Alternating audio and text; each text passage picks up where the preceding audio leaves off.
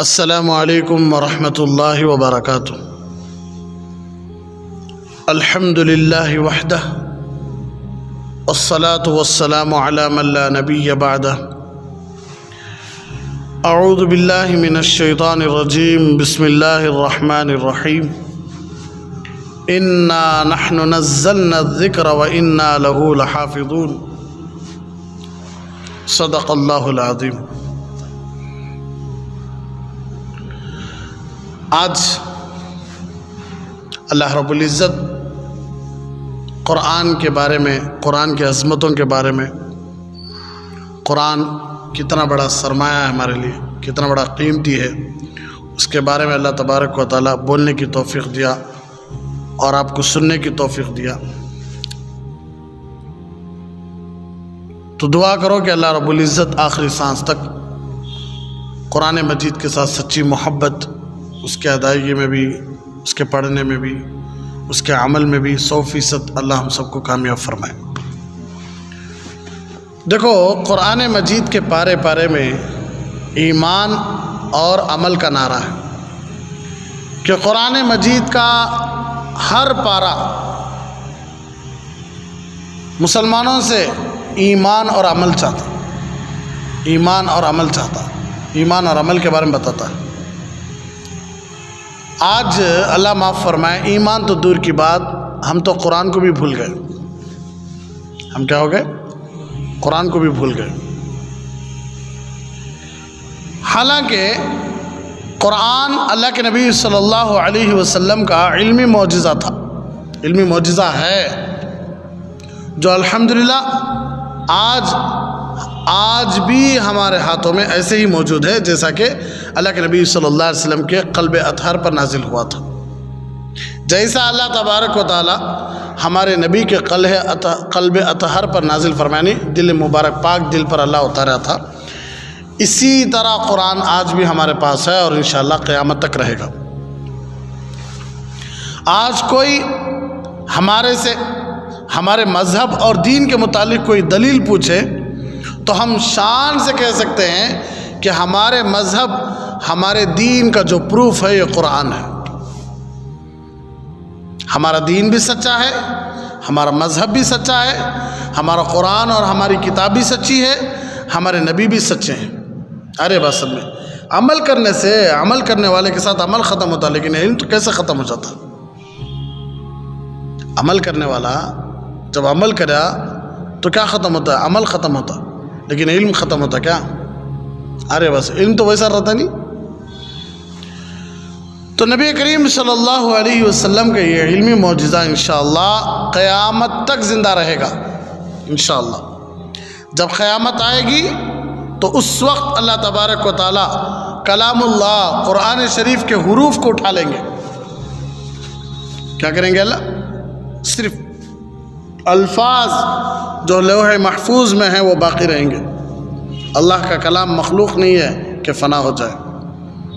ارے بس میں یہ بحث بڑی زبردست بحث ہے، لیکن اسے سمجھنے کے لیے عقل بھی ویسی ہونا، اس لیے اس میں جانے کی ضرورت ہے۔ بس موٹی بات سمجھو کہ جیسا ہم نے اللہ پیدا کیا ہے ایسا اللہ قرآن کو پیدا نہیں کیا۔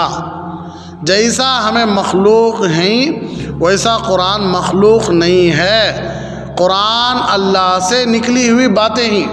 جیسا اللہ پاک ہے بننے سے، بنانے سے، اسی طرح اللہ کا کلام بھی بننے سے، بنانے سے پاک ہے، کیونکہ تو اللہ کی باتیں بھی کسی کے محتاج نہیں وہ۔ تو جب اللہ کا کلام ہے تو اللہ فنا ہونے سے پاک ہی، تو اللہ کا قرآن بھی فنا ہونے سے کیا ہے؟ پاک ہے۔ اسی لیے اللہ اسے کیا کریں گے؟ قیامت کے دن اٹھا لیں گے، ختم نہیں ہوتا۔ ارے بس اللہ کا خود ارشاد ہے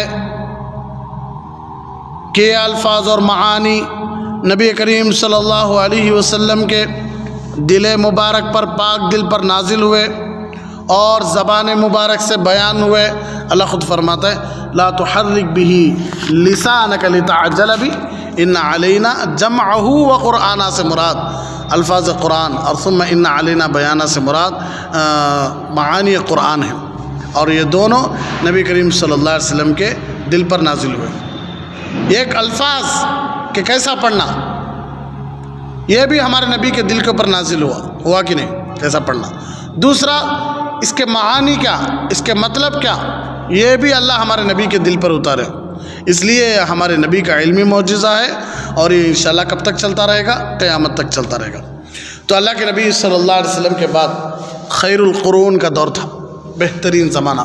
اللہ کے نبی صلی اللہ علیہ وسلم ارشاد فرمایا کہ میرا زمانہ، میرے بعد کا زمانہ، پھر ان کے بعد کا زمانہ. ہر بات سب میں ثم الذین یلونہم ثم الذین یلونہم خیر القرون قرنی، زمانوں میں سے سب سے بہترین زمانہ قرنی، میرا زمانہ. ثم الذین یلونہم، پھر ان کے بعد کا زمانہ. ثم الذین یلونہم، پھر ان کے بعد کا زمانہ. 3 زمانے اللہ کے نبی صلی اللہ علیہ وسلم خیر القرون بتائے، یعنی بہترین زمانے. صحابہ کے، تابعین کے، تبع تابعین کے. آریہ بات سنیے، 3 زمانے بہترین زمانے. اور اس کے بعد محدثین اور فقہا کا زمانہ آیا، یعنی حدیث کو جمع کرنے والے اور حدیث اور قرآن کو رکھ کر اس کے اندر سے مسائل نکالنے والے، ان کو فقہا کہتے، مجتہدین کہتے. قرآن اور احادیث نبویہ صلی اللہ علیہ وسلم کو رکھ کر ان سے ہزاروں مسائل نکالنے والے، ان کو فقہا کہتے ہیں، مجتہدین کہتے ہیں. ارے بات میں اصل تو قرآن ہی ہے، قرآن کے بعد اصل تو احادیث رسول صلی اللہ علیہ وسلم ہی ہے. لیکن یہ جو مسئلے مسائل ہی، یہ کوئی الگ نہیں، یہ بس قرآن اور احادیث رسول صلی اللہ علیہ وسلم کو رکھ کر نکالے ہوئے. امام اعظم ابو حنیفہ رحمۃ اللہ علیہ نے قرآن اور حدیث سے 1,00,000 مسائل نکالے ہیں. قرآن اور حدیث سے کتنے؟ 1,00,000 مسائل. میں کئی مرتبہ بول چکا ہوں کہ آپ پوری کی پوری نماز نہ قرآن میں دکھا سکتے نہ حدیث میں دکھا سکتے. تکبیر تحریمہ سے لے کر سلام تک پوری کی پوری نماز، ارے باسر میں ثنا سے لے کر تعوذ سے لے کر تسمیہ سے لے کر پوری کی پوری نماز آپ کس میں نہیں دکھا سکتے؟ احادیث میں اور قرآن میں نہیں دکھا سکتی. یہ علماء استنباط کیے، نکالے ہیں مسائل. ارے باسر میں مثال کے طور پر اللہ کے نبی صلی اللہ علیہ وسلم کے زمانے میں اللہ کے نبی صلی اللہ علیہ وسلم صحابہ سے کہا کرتے تھے کہ دیکھو بھئی، مسجد میں کچی پیاز اور کچا لہسن، غور سے سنو، سن مارا ہے، کبھی بھی بات ہمیں غور سے سنتے نہیں. اللہ کے نبی صلی اللہ علیہ وسلم کے زمانے میں اللہ کے نبی صلی اللہ علیہ وسلم نے صحابہ سے فرمایا کہ بھائی دیکھو، مسجد میں کچی پیاز اور کچا لہسن کھا کر مت آیا کرو، اس لیے کہ فرشتے رہتے ہیں مسجد میں. تو جب آپ قرآن پڑھتے ہیں، جب آپ نماز میں کھڑتے ہیں تو آپ کے ساتھ فرشتے بھی کھڑتے ہیں. تو آپ کے منہ کی بدبو سے کسے تکلیف ہوتی ہے؟ فرشتوں کو تکلیف ہوتی ہے، نمازیوں کو تکلیف ہوتی ہے. تو اب یہ حدیث ہے. اب اسی حدیث سے علماء نکالے کہ سگریٹ، تمباکو، بیڑی، کوئی بھی چیز ایسی جس کے کھانے کی وجہ سے منہ میں بدبو ہے، کہ سامنے والا بات کرنے سے شرماتا ہے، سامنے والے کو تکلیف ہوتی ہے، ایسی چیز بھی کھا کر آنے سے منع ہے. کام نہیں ہے نا حدیث میں سگریٹ، بیڑی، تمباکو، گٹکا. تمہیں کیسا فتویٰ ڈال ڈالے؟ ارے بیوقوف، فتویٰ نہیں، یہ مسئلہ ہے. ارے بس تو مسائل نکالے کہ نہیں؟ تکلیف ہوتی کہ نہیں؟ بہت سارے لوگ استنجا خانے میں بیٹھ کر سگریٹ پی رہی. کچھ تو شرم کرو بھئی. بہت سارے پان کھاتے کھاتے استنجا خانے میں چلی آتی، چاکلیٹ کھاتے کھاتے اب نکالنا پڑتا ہے کو، اندر جا چاپ لیں گے، جا کے اندر چاپتے رہتی. گٹکے، پانا، بیڑیاں، سگریٹاں اللہ کے گھر میں، یا اللہ وہ بھی ایسی جگہ جہاں اللہ کے نبی صلی اللہ علیہ وسلم فرمایا کہ بسم اللہ اللہم انی اعوذ بک من الخبث والخبائث پڑھ کر جاؤ. پڑھے نہیں سکا جاؤ نہ کو، اس لیے کہ جب تمہیں دعا پڑھ کر گئے تو تمہیں اندر جاتے ہی تمہارے اور خبیثوں کے بیچ میں پردہ پڑ جاتا. پردہ دکھتا نہیں ان کو. تمہیں اپنا سطر کھولے تو بھی ان کو دکھتا نہیں. کیوں؟ ان کے آنکھیں سامنے کیا پڑ جاتا ہے؟ پردہ پڑ جاتا. تمہیں استنجا خانے میں بیٹھے تک خبیثوں کو تمہیں نظر نہیں آتے، خبائث کو تمہیں نظر نہیں آتے. خبیثات کو تمہیں نظر نہیں آتے، تمہیں پردے میں رہتی، کہ تو اللہ ویسا پردہ تھا، اللہ رہتا کیا پڑھنے کی وجہ سے۔ اللہ کے نبی صلی اللہ علیہ وسلم فرمایا ٹوپی پہن کر جاؤ، عورت ہے سر پر اوڑھ کر جاؤ، چپل پہن کر جاؤ، اللہ کا نام ہے نکال کر جاؤ، دنیاوی باتیں مت کرو، اور اپنی سطر کو سیدھے ہاتھ سے مت چھوؤ، اپنی شرمگاہ کو سیدھے ہاتھ سے مت چھوؤ۔ ارے بس آج بزنس چل رہا ہے، کیا چل رہا ہے؟ بزنس چل رہا ہے، ضروری کام میں ہوں ہاتھوں رکھ کر، کئی کو ارجنٹ کر رہا ہے، بار بار کر رہا نا تو بازو والا بھی ڈوٹ میں پڑیا تھا، آخر کیا ضروری کام کر رہا ہے، انہیں فون اٹھا لگا۔ کھاتی بیڑیاں پیتی، کھا کر اللہ کے بندے ایسے ہیں جو مسجد کے دیواروں پر تھوک کو جاتی، کیا کر رہی ہیں؟ کیا استنجا خانہ مسجد کے اندر ہی شامل ہے؟ نہیں، وہ بھی مسجد کے اندر ہی نہیں بھی شامل ہے۔ اپنے گھروں میں کر کو دیکھو، پیٹ کے ہڈیاں ٹوٹے سکا مارتی، بیویاں رہے جھاڑو ہاتھ میں دیکھو دھونے کراتی۔ ارے بس اپنا گھر پاک، اپنے گھر کا استنجا خانہ کیا پاک، مسجد کا استنجا خانہ لیو برتو، اس میں الگ بہت سارے عاشقاں ایسے ہی دل چھڑا کو ایک تیر اندر لگا کو، وہ تیر کے ادھر طرف یم لکھا رہتا، ادھر طرف یس لکھا رہتا، اور نیچے نمبر بھی لکھ ڈال گیا رہتا۔ کون تو بھی نامحرم عورت وہاں آتی ہے؟ آتی کیا بھائی؟ آج تک ہوا ہے بھول چکو، کسی کو پاپ ضرورت پڑی آتی نامحرم عورتیں، سب آ رہی سکونواں، مامواں، چاچایاں، خالواں، آرے باسم میں طیبایاں، آرے باسم بوڑھے جواناں، بیڑے کھانے والے، پان پراگ کھانے والے، تمباکو کھانے والے، سگریٹ آم پینے والے، انہوں آنکھ کو دیکھتی، یم او کس کا نام، یس او کس کا نام، یس تو میرا نام ہے، نیچے نمبر لکھو ہے، خوش شوق کرتا ہوں نا۔ ارے بس میں اب بس فیس بک سے کی حالت کیا، دو مرد بنے 4 سال بات کرے گا تھا، کتنے سال کیا لذت کی باتیں چلی رہی ہیں ان میں راتوں میں، جب معلوم ہوا کہ سامنے والا کون تھا، مرد تھا، تو سوچ کو خے آیا کرتا اسے، کتنے دن مزے کی باتیں کرے اس قصے میں ہی ایک مرد سے۔ بعض مرتبہ ایسا ہوا کہ خود باپ، ارے بس میں خود باپ اپنے بیٹے سے بات کرا ہے، خود بیٹا کس سے بات کرا ہے؟ اپنے باپ سے بات کرا ہے، یہ زمانہ۔ خود شوہر اپنی بیوی سے بات کرا ہے، بیوی آزمائیے سو فوٹو بدلا کو، ہمارا نوشو کسے تو بار بار پوچھی گئے تھے انہیں، جی تمہاری شادی ہو کو ہے کیا؟ نہیں نا، میں بیچلر کہا کہتا تھا، صحیح قصے چلی ہے سناؤ میں۔ تو وہاں نمبر لکھو جا رہا ہے، ارے کون آتی بھائی وہاں تیرا نمبر لینے؟ دیکھو مستقل کام ہو رہا وہاں، وہ شکل تو باہر لگا رہا تھا تو اللہ تجھے کتنا بڑا بیپاری بنا لے رہا تھا، یہ ہمارے کام آئے۔ ارے بس میں اللہ کے گھر کی استنجا خانہ کی حالت ہے۔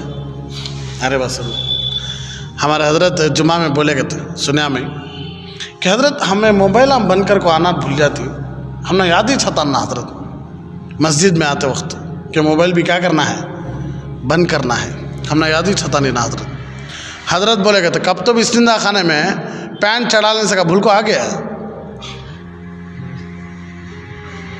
زپ ڈال لینے سے کا بھول کو آ گئے، بیلٹ ڈال لینے سے کا بھول کو آ گئے۔ بعد میں لوگ بولے جی کیا جی پہننے سے آ رہی، ایو ہو نا، ایو مجھے یاد ہی نہیں، ایسا ہوا آج تک کا، کہ تو وہاں معلوم عزت جاتی ہے کو، اس لیے فوراً کیا کرتی وہاں پہلا کا موچ۔ تو نہ اللہ کے گھر کی عظمت کہاں ہے؟ اگر اللہ کے گھر کی عظمت ہے تو تمہیں فون گھر میں رکھ کر آتے تھے، بھول کو آن میں ہے مولانا، موبائل معلوم ہی نہیں مجھے، گانا بھی کیا چلتا رہتا معلوم کیا، یہاں آتے ہی پڑھتے رہتی وہاں گانا چلتا رہتا، بہت سارا ایسے رہتی پاپا اللہ کے بندے ہیں کہ گانے کے ساتھ انہوں بھی کیا کرتے رہتی، جھومتے رہتی، ہاں یہ گانا فلاں فلم کا اکسوس ڈالے بھی رہتی ہونا۔ اب ان کی پوری نمازوں میں خلل ڈالنے والا سب سے بڑا گنہگار اللہ خود فرماتی وَمَنْ أَظْلَمُ مِمَّنْ مَنَعَ مَسَاجِدَ اللَّهِ أَنْ يُذْكَرَ فِيهَا اسْمُهُ وَسَعَىٰ فِي خَرَابِهَا أُولَٰئِكَ مَا كَانَ لَهُمْ أَنْ يَدْخُلُوهَا إِلَّا خَائِفِينَ لَهُمْ فِي الدُّنْيَا خِزْيٌ وَلَهُمْ فِي الْآخِرَةِ عَذَابٌ عَظِيمٌ۔ سب سے بڑا ظالم کون کو؟ تو نمازیوں کو نماز سے روکتا رہا، مسجد میں آ کر ذکر کرنے والوں کو، نماز پڑھنے والوں کو، قرآن پڑھنے والوں کو روکتا نہیں، انہیں سب سے بڑا ظالم انہیں۔ اس میں علماء فرماتے ہیں باہر گانے بجانا بھی اس میں شامل ہے کہ باہر گانے بجا رہی ہیں تمہیں، جس کی وجہ سے نمازیوں کو تکلیف ہو رہی ہے، تو سب سے بڑا گناہ کا کام کر رہی ہیں، اللہ نہیں چھوڑتا۔ الظلم ظلمات یوم القیامہ، قیامت کے دن ظلم اندھیروں کی شکل میں ہوگا، نہیں چھوڑتے وہ تآسانی سے، ستانے والوں کو اللہ وہ تآسانی سے نہیں چھوڑتے۔ اور موبائل بھی اس میں شامل ہے کہ جن کا موبائل گانے، نعتاں، خیرتاں، یہ وہ بجتے رہتی، کتنے نمازیوں کا دھیان ہٹ گا نماز سے، کتنا بڑا گناہ۔ آفس میں پورے بیٹھ کو کام کر رہی، یہ کٹ کو بھاری رنگ ٹون رکھو کا نہ دیں گے، ہمت ہے تو سیلری کٹ ہوتی ہے اس کی، اور اسٹافوں کو کیا کرے گا، خلل ڈالے گا۔ لائبریری میں چپکے کو پکار کو دیکھو گا نا، لے جب باہر پٹکاتی اسے، کتنا سائلنس پلیز کو لکھ۔ مسجدہ میں لکھ کو چھوڑ ڈال رہتی، تھوپ تھوپ کو چھوڑ ڈال رہتی، لگا لگا کو چھوڑ رہتی، please switch off your mobile, please remove your slippers. کیا کی لکھ کو چھوڑ رہتی پاپ مسجدہ میں، اردو میں لگ لکھے رہتی، تیلگو میں لگ لکھے رہتی، انگلش میں لگ لکھے رہتی، اتنے بڑے بورڈ نظر آتے ہیں آدمیاں کو، کہ تو اللہ کی محبت میں ویسا آتے پاپ کہ آزو بازو کیا بھی نظر نہیں آتا، کہ سیدھا اللہ کے دربار میں کھڑے ہو گئے کہ پاپ موبائل میں آن ہے سو معلوم ہوتا نہیں۔ ارے بس بعض لوگ تو اللہ کے بندے ایسے ہیں کہ رنگ ٹون بجتا رہتا، پریشان ہو آتے رہتی، دبا دبا دبا دبا بس آتے رہتی، وہ آن ہو جاتا، آف کرنے جا کیا ہو جاتا، وہ وہاں سے رے سنتا ہے، بازو آواز سنے آتے رہے۔ تو یہ سب ہے بھائی، یہ سب کیا ہے؟ تو مساجد سے بات شروع ہوئی کہ علماء نکالے مسئلہ، بیڑی، سگریٹ، تمباکو، ان سب سے تکلیف ہوتی بھائی، منہ میں بدبو آتی ہے، اس لیے علماء منع فرماتے ہیں کہ جن کی شادی ہو گئی ہے وہ یہ چیزیں مت استعمال کرو، اس لیے کہ بیوی کو تکلیف ہوتی ہے، بچوں کو تکلیف ہوتی ہے۔ سوچ کر دیکھو کہ تمہاری بیوی کے داتا رتی پیلے ہی، ارے بس سب میں رتی بیچا میں وہاں یہ الگ کو ہے، پان کے کر رہے، پسند آتی ہے؟ پسند آتی کیا بھائی؟ نہیں آتی، بیچارہ پورے دانتوں میں ایشین پینٹ سے کا رکھو چھوڑا رہتا، سر میں آ رہا ہے، لیکن بیوی سے کیسی ہونا کہتے ہیں، گوری ہونا کہتے ہیں، دانت آنکھوں کلوز اپ سے کے چمکنا کہتے ہیں، آرے بات میں بدبو آتی رہتی پورے جسم سے، پسینے کی بدبو، لیکن بیوی کیسی رہنا کہتے ہیں، پاک رہنا کہتے ہیں۔ کہاں کا انصاف ہے؟ ہاں، یہ بھی تکلیف، کیا ہے یہ تکلیف؟ تو مسئلے نکالے کہ نہیں علماء؟ ہاں، کس سے نکالے؟ اپنی طرف سے نکالے، حدیث کو رکھو نہ نکالے۔ اسی طرح دیکھو، ایک آدمی آ کر پوچھنے لگا کہ اللہ کے نبی صلی اللہ علیہ وسلم سے کہ حضور سام ڈسیا ہے تو اس کی وجہ سے روزہ ٹوٹتا ہے؟ تو ڈسنا بھی سوئی ڈالنے کی تراش نہیں، ہاں، ڈسنا بھی کہاں سوئی ڈالنے کی طرح نہ بھائی، ڈسنے کا اثر بھی معلوم ہوتا نہیں اور سوئی کا اثر بھی معلوم ہوتا نہیں، لیکن دونوں بھی چپتی، دونوں سے زہر اس میں اندر جاتا ہے، دوا اس سے اندر جاتی۔ لیکن مسئلہ یہ ہے کہ اگر زہر پیٹ میں چلا گیا، جہاں سے غذا وغیرہ پہنچتے سیدھا پیٹ میں چلا گیا تو روزہ ٹوٹ جاتا۔ اسی طرح انجیکشن پیٹ میں نہیں جا رہی ہے، دوا سر میں آ رہا ہے، آزو بازو رگوں میں یہاں وہاں جا رہی ہے، پیٹ میں نہیں جا رہی ہے تو سر میں آ رہا ہے، تو اس سے وہ روزہ نہیں ٹوٹتا۔ پیٹ میں گئی تو کوئی بھی چیز کہاں سے کہاں بھی تمہیں کوئی بھی چیز ڈالو، اگر پیٹ میں جا رہی ہے تو روزہ کیا ہو جاتا ہے، ٹوٹ جاتا۔ اگر پیٹ میں نہیں ادھر ادھر پھیل رہی ہے تو روزہ نہیں ٹوٹتا۔ تو یہ حدیث بھی، یہ مسئلہ بھی نکالے، کس سے نکالے؟ حدیث سے نکالے کہ نہیں؟ سن ماری بات۔ تو اس سے معلوم ہو رہا ہے کہ امام اعظم ابو حنیفہ رحمۃ اللہ علیہ جو مسائل نکالے ہیں وہ قرآن اور حدیث ہی سے نکالے ہیں۔ کس سے نکالے ہیں؟ قرآن اور احادیث۔ صحابہ کے شاگرد تھے حضرت امام اعظم ابو حنیفہ رحمۃ اللہ علیہ، کس کے؟ آج نعوذ باللہ صاف کہتے ہیں کہ حضرت امام اعظم ابو حنیفہ رحمۃ اللہ علیہ کو 17 حدیثیں یاد تھیں۔ ہمارے حضرت کہنے لگے کہ اگر 17 حدیث ہمیں 1 لاکھ مسائل نکالے ہی انہوں، تو اگر پورے حدیثیں یاد کرے رہتے تو کتنے مسائل نکالے رہتے؟ تمہارے بولے سکا بھائی 17 حدیثاں سے 1 لاکھ مسائل نکالے، تمہیں بھی مانتی، تو 17 حدیثاں سے کتنے مسائل نکالے ہی؟ 1 لاکھ مسائل نکالے ہی، تو جب پورے حدیثیں یاد کر لیے رہتے تو کتنے مسائل نکالے رہتے؟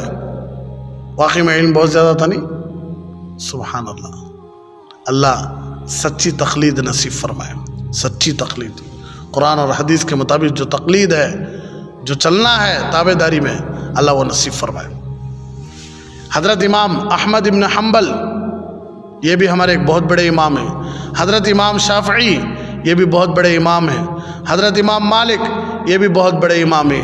حضرت امام ابو حنیفہ یہ بھی بہت بڑے امام ہیں. 4 امامہ ہمارے. ارے بس، لیکن ہر ایک کے امام کو ماننے والے الگ الگ ہی. سب نہ رہا ہے، ایک امام کو ماننے والے دوسرے اماموں کی تقلید نہیں کر سکتے. چلے تو ایک اس پر ہی مضبوط چلنا. لیکن ہمیں الحمدللہ حضرت امام اعظم ابو حنیفہ رحمۃ اللہ علیہ کی تقلید کرتے ہیں.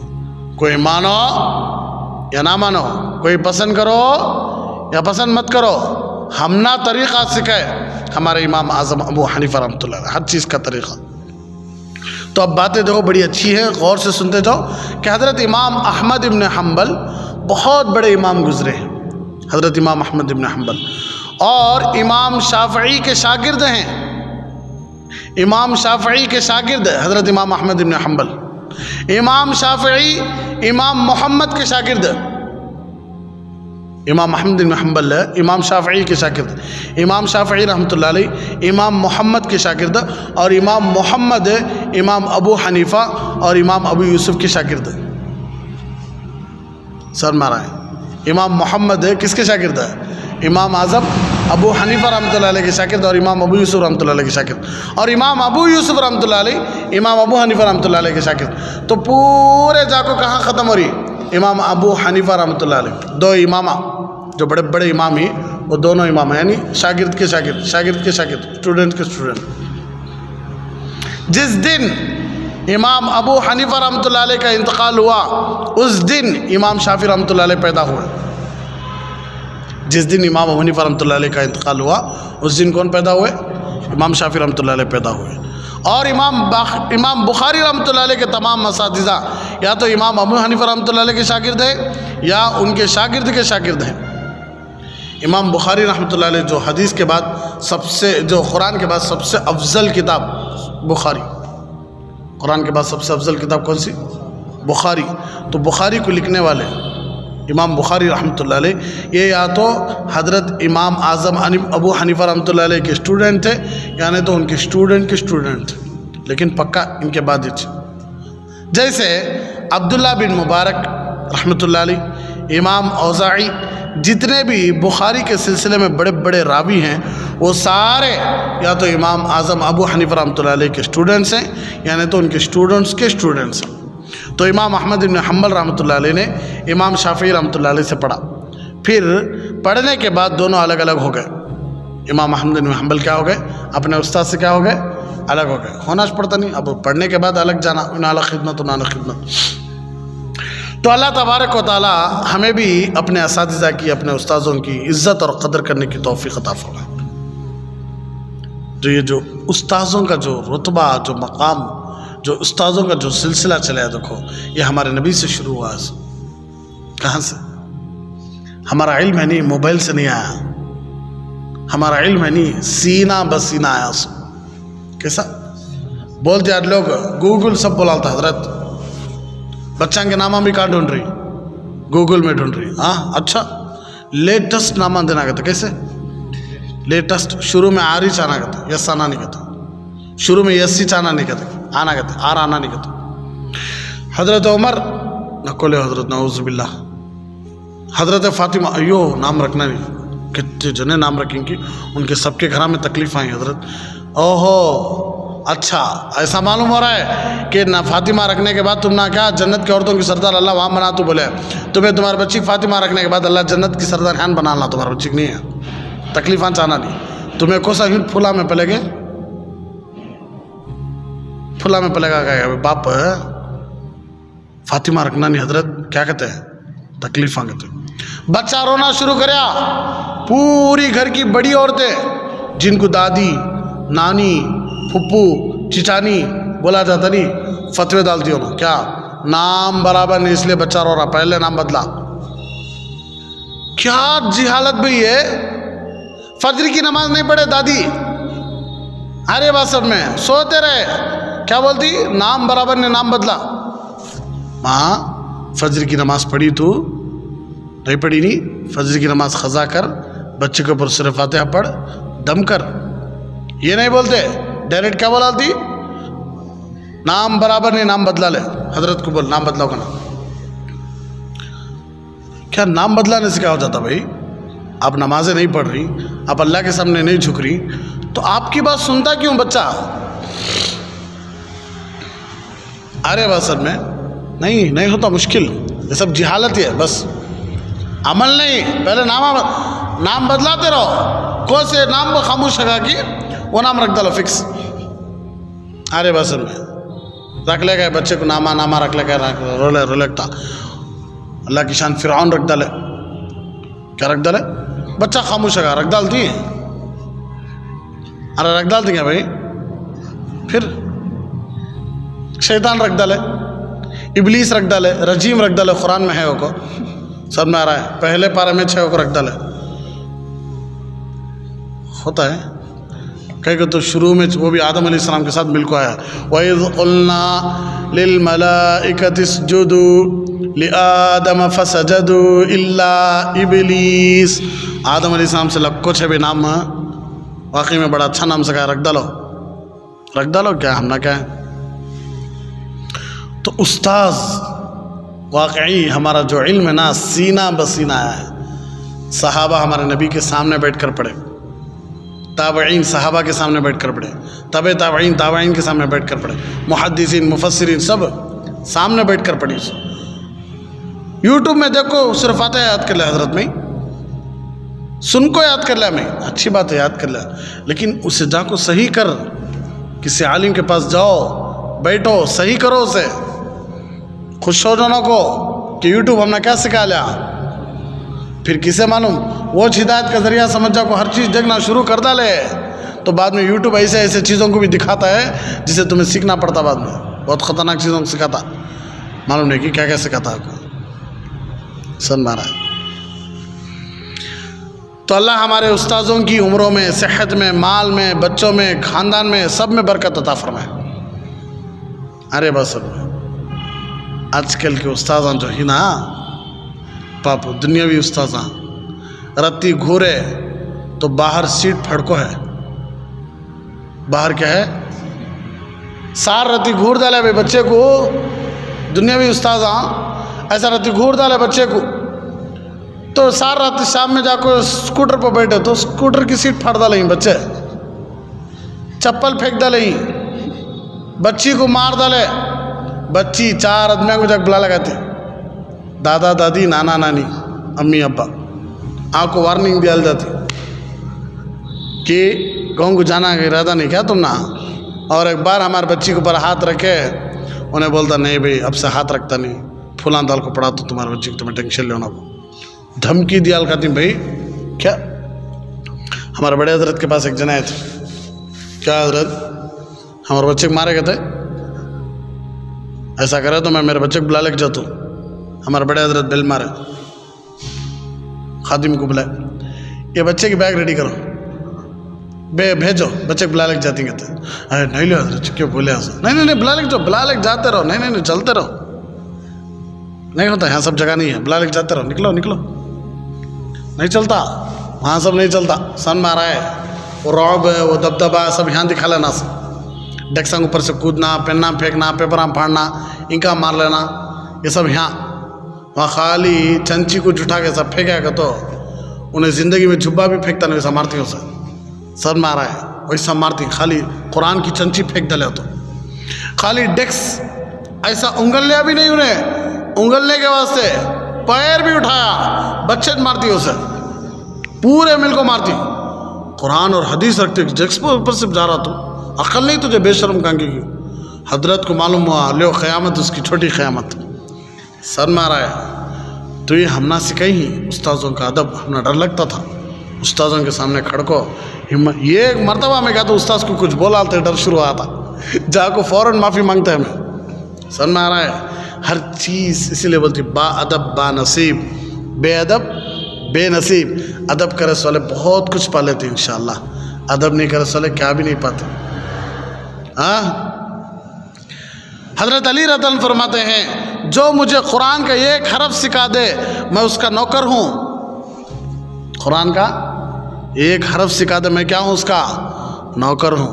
وہ چاہے مجھے اپنے پاس رکھے یا بیچ دے، وہ چاہے مجھے اپنے پاس رکھے یا بیچ دے. حضرت کو شام کا جو روٹی کا پچائے نہیں سالن، وہ دیکھ بیزل حضرت کھا لیتے.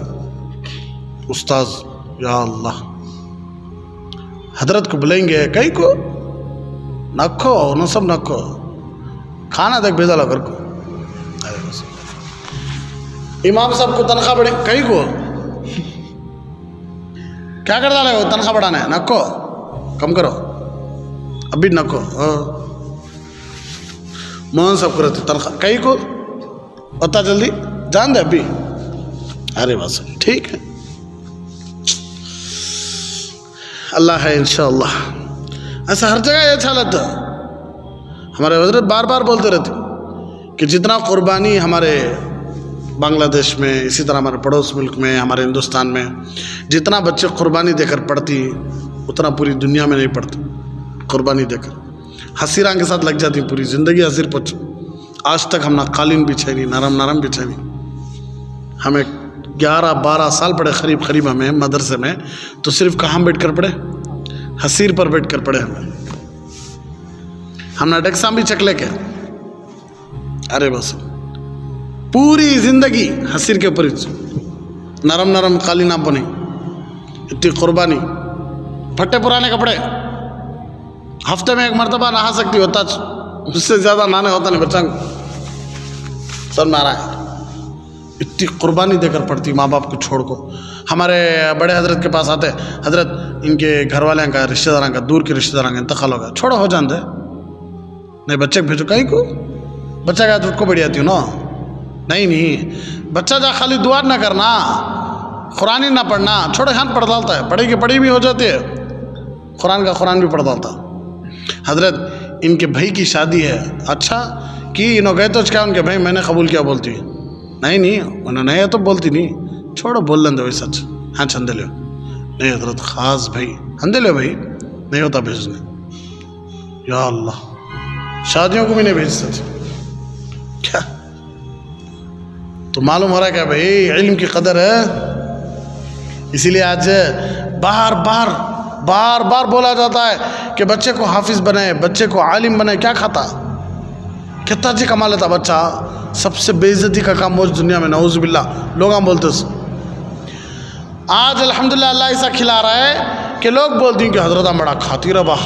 ہمارے حضرت بولتے تھے کہ ہمیں عطر کی خوشبو سنگے تو بھی اس میں گوشت کی خوشبو آتی کہتے. کیا آتی کہتے؟ گوشت کی خوشبو آتی کہتے.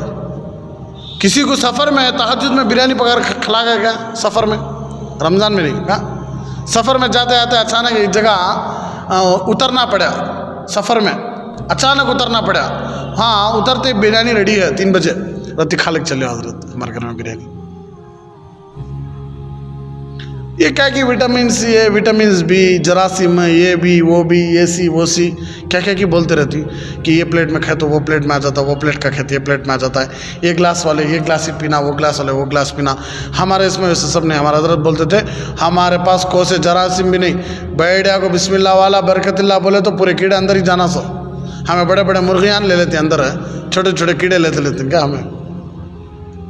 ہمارے پاس بڑے بڑے بکرے چلے آتے اندر ہے، یہ چھوٹے چھوٹے کیڑے کیا کر لیتے ہم نا. ہمارے حضرت بولتے تھے مذاق. تو بولنے کا مطلب یہ ہے کہ علماء کا مقام اللہ اکبر، ہمارا اساتذہ کا مقام اللہ اکبر. ہمیں جتنے بھی بڑے عہدے میں چلے جاندے، ہمیں جتنے بھی بڑے مقام میں چلے جاندے، قسم خدا کی استاذوں کے سامنے کھڑنے بھی ہمت نہیں ہوتی. معلوم ہے استاذوں کے سامنے بیٹھنے بھی ہمت ہوتی نہیں. استاد آ رہی ہے تو بس خود بخود ہاتھا پاؤں ہترنا شروع ہوتی. میرے حفظ کے استاذ ہی مجھے آج بھی ڈر لگتا ہے ہمارے استاذ کو فون کر کو بات کرنے کا ڈر لگتا ہے مجھے. ہمت نہیں ہوتی. اور اساتذہ کو بات کریں گے وہ خواہش، لیکن بات کرے تو کیا بات اچھا ہے جی حضرت الحمدللہ اور کیا بات نہیں، کیا بھی نہیں حضرت تمہیں بولنا. ڈر لگتا بھائی، اس سے زیادہ بات آتی نہیں. بڑے ویسے اساتذہ ہمارے آج ان کی وجہ سے آج ہمیں یہاں ہیں کہ مدرسہ چلتا ہے، امامت چلتی ہے، اللہ بولنے کی توفیق دے رہا ہے. یہ سب ہمارے اساتذہ کی دعاؤں کی برکت ہے، ہمارے اساتذہ کی محنت ہی ہے. یہ سینہ بسینہ نبی کے زمانے سے آیا ہے. کہاں سے آیا ہے؟ امام اعظم ابو حنیفہ رحمۃ اللہ علیہ تو اپنے کم عمر استاد زادے کے احترام میں کھڑے ہو جایا کرتے تھے. امام اعظم ابو حنیفہ رحمۃ اللہ علیہ کے استاذ کا بیٹا جب آتا تو امام اعظم اٹھ کر کھڑے ہو جاتے حضرت کے بیٹے آرینگوں کو. حضرت نہیں، حضرت کے بیٹے ہی کو ادب میں کیا ہوتے تھے؟ اٹھ کر کھڑے ہو جاتے تھے. اسی احترام کا نتیجہ ہے کہ اللہ تبارک و تعالیٰ نے فقہا و محدثین کی محنتوں کو شرف قبولی بخشا. یہی چیز اللہ والوں کو کہاں تک پہنچے. ایک تو عزت کیا کرتے تھے اپنے استاذوں کی. کیا کرتے تھے؟ عزت کیا کرتے تھے. محنت اور احترام کی ایک مثال سنیے. امام ابو یوسف رحمۃ اللہ علیہ، امام ابو حنیفہ رحمۃ اللہ علیہ کے حلقہ درس کے ممتاز طالب علم تھے. امام ابو یوسف حضرت امام اعظم ابو حنیفہ رحمۃ اللہ علیہ کے کلاس کے ایک زبردست اسٹوڈنٹ تھے. ارے بس سب میں کلاس میں بیٹھتے، کسی نے بتایا کہ بیٹے کا انتقال ہو گیا. کلاس میں بیٹھے تھے، اپنی حضرت کی کیا کرتے تھے؟ کلاس میں بیٹھے تھے، کسی نے کہا کہ حضرت آپ کے بیٹے کا انتقال ہو گیا. فرمایا لوگوں سے کہہ دو کہ میرے بیٹے کو دفن کر دیں. میں بیٹے کی تدفین کے لیے امام اعظم ابو حنیفہ رحمۃ اللہ علیہ کا سبق نہیں چھوڑ سکتا. میں میرے بیٹے کی تدفین کے لیے کس کا سبق نہیں چھوڑ سکتا؟ امام اعظم ابو حنیفہ رحمۃ اللہ علیہ کا سبق نہیں چھوڑ سکتا. اسی لیے قاضی کا جو عہدہ ہے نا، بڑا عہدہ، اللہ تبارک و تعالیٰ امام ابو یوسف رحمۃ اللہ علیہ کو دیا تھا. اس زمانے کا بادشاہ خود حضرت امام ابو یوسف رحمۃ اللہ علیہ کو قاضی بنایا مجبور ہو. غریب کے بچے تھے، ماں تھی، باپ نہیں تھے. امام ابو یوسف رحمۃ اللہ علیہ کو ماں کام کے لیے بیچتی، تو امام ابو یوسف رحمۃ اللہ علیہ امام اعظم ابو حنیفہ رحمۃ اللہ علیہ کی درسگاہ میں بیٹھ کر پڑھا کرتے تھے. تو فقہا و محدثین نے بہت محنتیں کی ہیں اور قرآن اور حدیث کا مغز نکال کر ہمارے سامنے رکھا. لیکن افسوس کی بات ہے کہ ہمارے پاس قرآن اور حدیث کی تلاوت کرنے، سننے اور سمجھنے کے لیے بھی ٹائم نہیں ہے. سمجھنے کے لیے بھی کیا نہیں ہے؟ ٹائم نہیں ہے. تو بات چل رہی تھی حضرت امام شافعی رحمۃ اللہ علیہ کی، کہ امام شافعی رحمۃ اللہ علیہ کے شاگرد تھے حضرت امام احمد بن حنبل. اب دونوں استاد اور شاگرد کی ملاقات دونوں کو شوق ہوا. بہت لمبا وقت گزر چکا تھا، اس لیے انہوں نے امام شافعی رحمۃ اللہ علیہ نے امام احمد بن حنبل رحمۃ اللہ علیہ کو خط لکھا کہ بھئی بہت دن ہو گئے مل کر، اگر وقت رہا تو کیا کرو، ملنے آ جاؤ، ملنے کو دل چاہتا ہے. تو جب امام احمد بن حنبل رحمۃ اللہ علیہ کو اپنے استاذ امام شافعی رحمۃ اللہ علیہ کا جب خط ملا تو انہوں نے فوراً سفر کی تیاری شروع کر دی اور اپنے استاذ کی خدمت میں لکھا کہ میں فلاں تاریخ کو آپ سے ملنے کے لیے آ رہا ہوں. تو استاد بہت خوش ہوئے، امام شافعی رحمۃ اللہ علیہ بہت خوش ہوئے کہ میرا خاص شاگرد مجھے ملنے کے لیے آ رہا ہے. تو ان کی آمد کا انتظار کرنے لگے. اپنے گھر والوں کو، اپنے شاگردوں کو، اپنے خادموں کو، سب کو بتایا کہ میرا ایک شاگرد آ رہا ہے، بہت اونچا مقام رکھتا ہے. کیوں؟ حضرت امام احمد بن حنبل رحمۃ اللہ علیہ نے بڑے شوق سے اور بڑے محنت سے علم حاصل کیا تھا امام شافعی سے، اور اپنے اساتذہ کی خدمت بھی کی تھی. تو استاذوں کے دل میں ان کے لیے محبت اور احترام تھی. حالانکہ وہ اساتذہ سے مرتبے میں بڑھ بھی جاتے، لیکن پھر بھی اپنے آپ کو کم سمجھتے تھے. اپنے آپ کو کیا سمجھتے تھے؟ کم سمجھتے تھے. تو کیوں؟ استاذ بہرحال استاذ ہوتے ہیں. بچوں کو جو بھی ملتا کس کی وجہ سے ملتا؟ استاذ کی وجہ سے ملتا. شاگرد چاہے جتنا بھی آگے بڑھ جائے علم میں، لیکن اپنے استاذ کے سامنے کیا ہوتا ہے؟ چھوٹا ہی ہوتا ہے. جتنا بھی بڑا عالم بن جائے لیکن اپنے استاذ کے سامنے کیا ہوتا ہے؟ طالب علم ہی ہوتا ہے. تو امام شافعی رحمۃ اللہ علیہ اپنے شاگرد امام احمد بن حنبل رحمۃ اللہ علیہ کے دیدار اور ان کے استقبال کے لیے خود نکلے، اور ان کے ساتھ ان کے شاگرد بھی تھے، خدام بھی تھے. ایک بڑا مجمع حضرت امام احمد بن حنبل رحمۃ اللہ علیہ کو کیا کرا؟ استقبال کے لیے گیا تھا. تو امام احمد بن حنبل رحمۃ اللہ علیہ تشریف لائے، اپنے استاد سے مصافحہ کیا، خیر خیریت پوچھی، گھر پہنچے، سامان رکھا، آرام کیا، اور کھانے کا وقت ہوا. دسترخوان سجائے تو حضرت امام شافعی رحمۃ اللہ علیہ دیکھ رہی کہ حضرت امام احمد بن حنبل رحمۃ اللہ علیہ پورے دسترخوان میں ہاتھ پھرانی، کبھی یہ اٹھا کھری، کبھی وہ اٹھا کھری، کبھی یہ اٹھا کھری، کبھی وہ اٹھا کھری.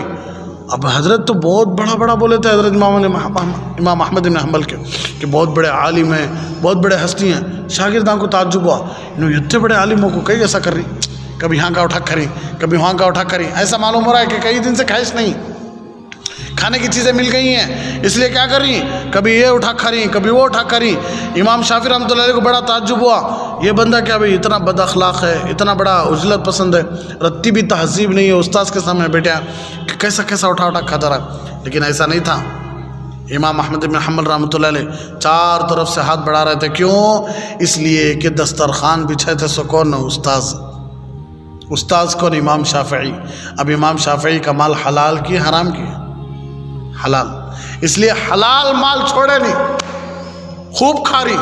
کیا حلال مال بھائی؟ اپنے استاذ کا مال حرام کیسے ہو سکتا؟ وہ بھی اتنے بڑے امام، اس لیے حلال مال خوب کھاتے جا رہی، حلال مال اندر اترتا جا رہا۔ رات ہوئی، بستر کے قریب ارے بسد میں ایک لوہے میں ایک لوٹے میں کیا کرے، تہجد کے لیے پانی، وضو کے لیے کیا کرے، پانی رکھ دیا، اور حضرت امام شافعی رحمۃ اللہ علیہ سو گئے۔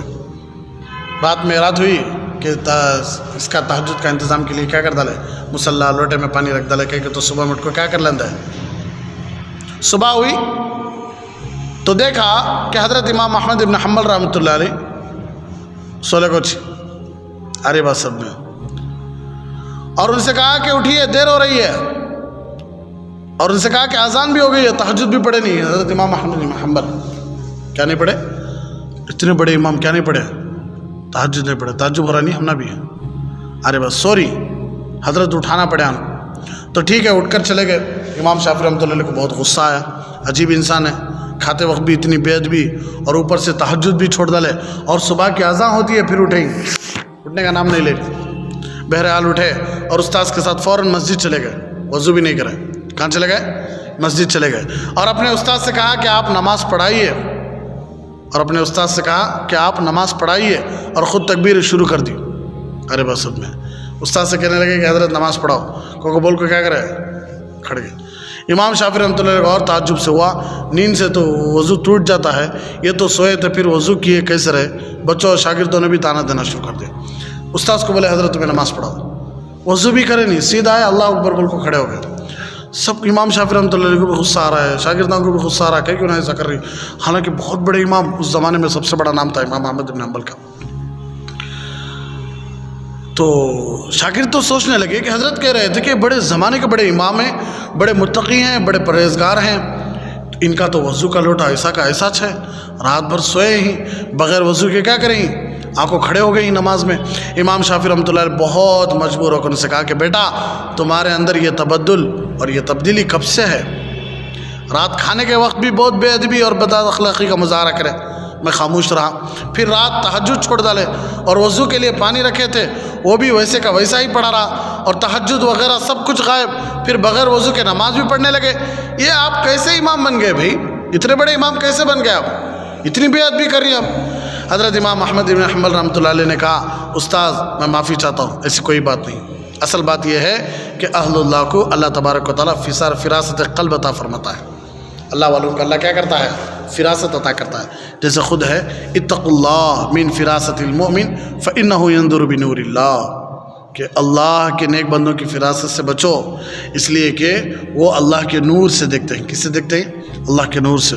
اور ارشاد باری ہے یا ایھا الذین آمنوا اتقوا اللہ یجعل لکم فرقانا، اے ایمان والو تم تقوی اختیار کرو گے تو اللہ تبارک و تعالیٰ تمہیں فرقان فیصلے کی چیز عطا کرے گا، اللہ تبارک و تعالیٰ ان کے دلوں کو کیا کر دے گا؟ کھول دے گا، تقوی کی آنکھ کھل جاتی ہے۔ تو امام احمد بن حنبل رحمۃ اللہ نے فرمایا حضرت گستاخی معاف فرمائیں، رات کھانے میں جو بے ادبی آپ نے دیکھی، بات دراصل یہ ہے کہ آپ کی کمائی سے زیادہ حلال کسی کی کمائی ہو سکتی کیا؟